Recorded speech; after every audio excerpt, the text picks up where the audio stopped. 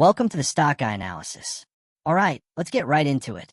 Today we're breaking down a really detailed bullish analysis for a stock that's been on a lot of radars. BitMine, ticker BMNR. The source material we're looking at lays out a super specific roadmap. And believe me, it all points to one big audacious number. Yep, that one. $90. That is the fair value price target that this analysis assigns to the stock. So, I know what you're thinking. You're looking at the current price, somewhere in the mid-30s, and you're asking, how on earth do you get there? Well, the analysis we're digging into today says it has the answer, and it's framed as a complete technical blueprint. So let's walk through it. So, let's start right there with that stunning $90 target. You know, when a firm slaps a price target like this on a stock trading so much lower, it's a huge statement. It means they think the rest of the market has gotten something fundamentally wrong. But this isn't just some number they plucked out of the sky. According to the source, this whole high-conviction bet, this entire thesis really just rests on one single powerful core idea. And that idea is something the source calls the institutional floor. You got to understand this concept is the bedrock of the entire bullish case. It's the whole foundation. So what is an institutional floor? Well, think of it like this. It's a price level where the big players, the so-called smart money, are buying up so many shares that they create this massive support zone. It basically acts like a safety net, which if you believe it's there, really cuts down the perceived risk of the stock falling much further. And in this analysis, we're not talking about a vague area. No, it's a very specific, almost non-negotiable number. $33.54. According to this source, that is the definitive line in the sand. Now, why should you believe this floor is real? Well, the analysis gives some pretty specific evidence. It argues that the recent dip we saw wasn't a sign of weakness. It was an accumulation event. All that selling was just systematically soaked up by institutional algorithms. And then names like Van and BlackRock as the buyers. In fact, VanEck's huge $81.80 8 million buy is so important the source calls it the VNC validation. It basically creates what they call an effective put, a strong signal they won't let it drop further. The key takeaway is these big institutions are defending their own entry price, and in doing so they're creating that powerful floor for everyone else. Okay, so if you got this strong defensive floor established, what's next?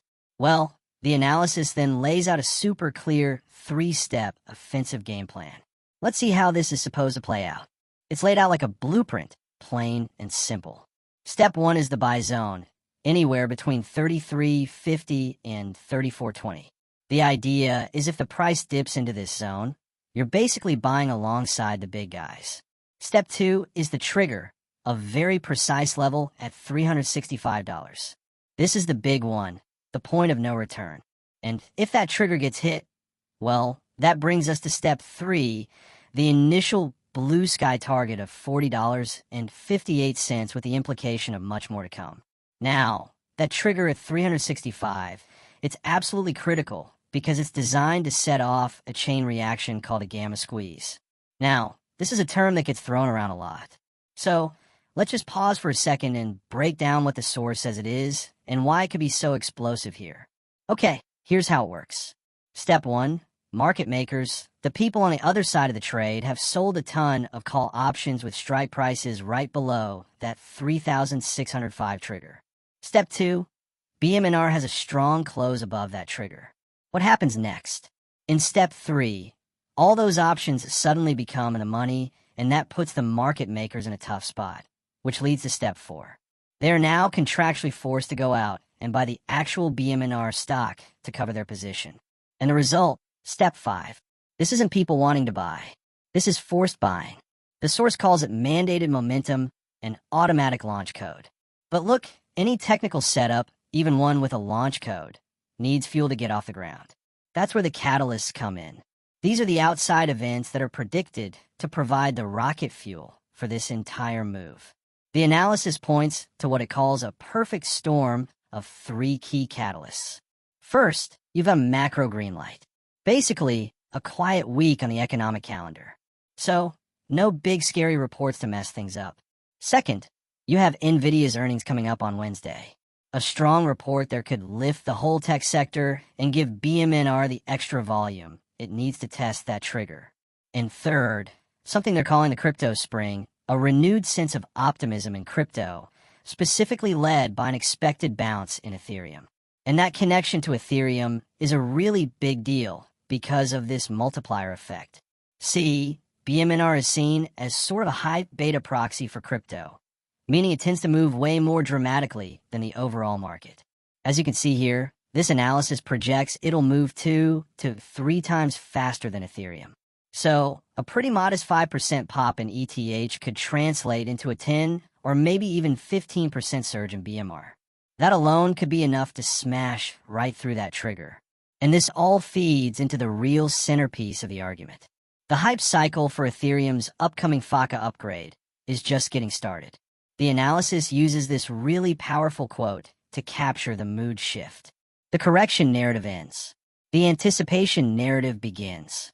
The whole idea is that the market is just about to start pricing in the good news, kicking off weeks of hype.